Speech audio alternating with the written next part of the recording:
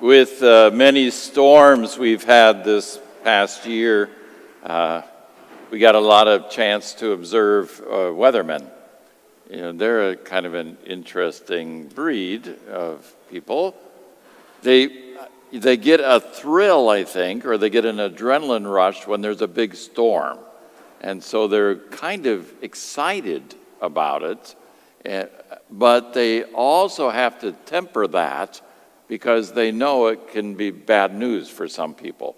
But most of the time, I don't think they temper it really well. When all those tornadoes were hitting out in the Elkhorn area, there, oh, there's another one there, and there's another tornado over here, and wow, look at this one. I've never seen so many tornadoes all at once. Look at that. Oh, but you better take cover because there's a lot of tornadoes coming, and it could destroy your house. Yeah, you should have a somber attitude when there's a big storm coming. So be careful. I feel bad for you because your house might be gone when the storm's over.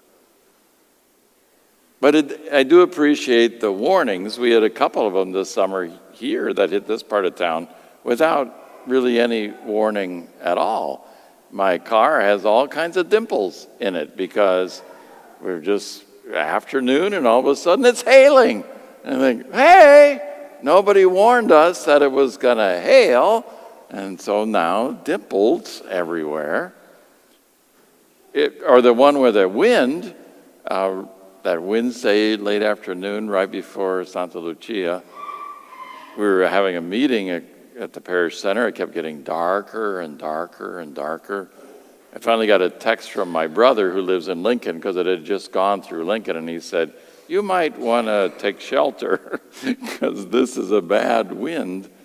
If I would have known it was going to blow off the top of the bell tower, I might have gone up there and held on to it. So, hey, off the copper went.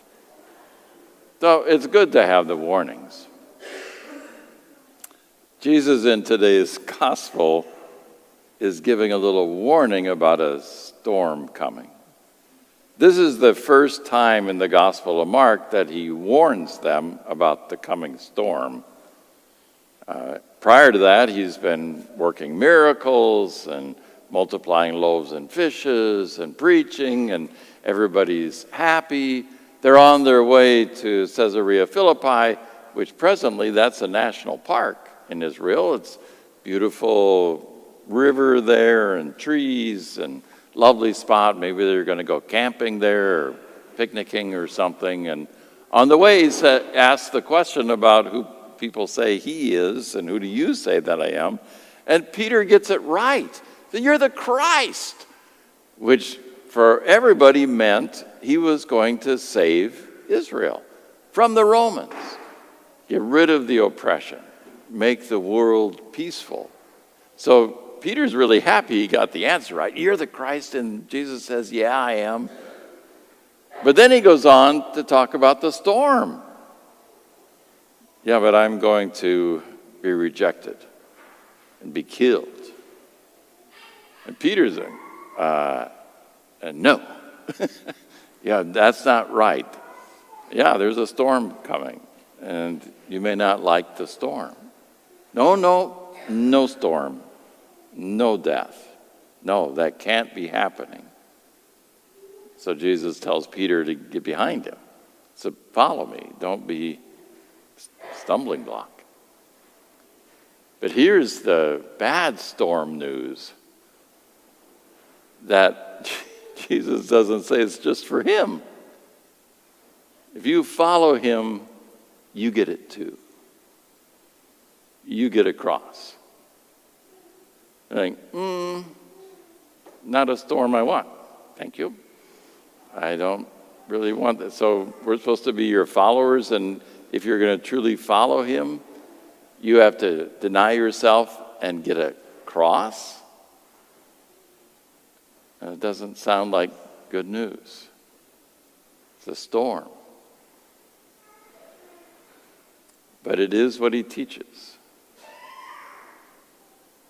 And it's a cross, my friends, to this day for you and me. that's part of following Jesus, that we have to deny ourselves in some ways, somehow. It's part of following him. If we don't have a cross, then there's a question of whether we're following Jesus or not. Because the cross comes from living as Jesus teaches us to live. That's where the cross is. The cross is not simply because your spouse snores. That's just life. But the cross might be in how I respond to that. The cross is in how we live and how we offer ourselves in service. Because there might be some other things we'd prefer to do. I might be preferring just to take out some time for myself and be a little bit selfish. And no, this is a person in need and it's going to take my time. And I think, okay. But that's the daily cross we have, how we're going to treat somebody when we don't want to treat them that way, how to give something to somebody when we really don't want to be generous. That's the cross we all have. Sometimes it's not easy. I remember years ago, I was a young priest in Norfolk, and Bob Nienaber was my second pastor there. Bob was kind of an old country guy. And something had happened in the parish, and I was complaining about a parishioner over the supper table. And Bob said, "Oh, come on, God will take care of you." And I think, well, yeah, Bob, I think God will take care of me. He said, well, God's never going to do anything to you that he wouldn't have done to his son. Doesn't that make you feel better? No. He let his son get crucified. Mm-hmm. Yeah, and so it goes for all of us.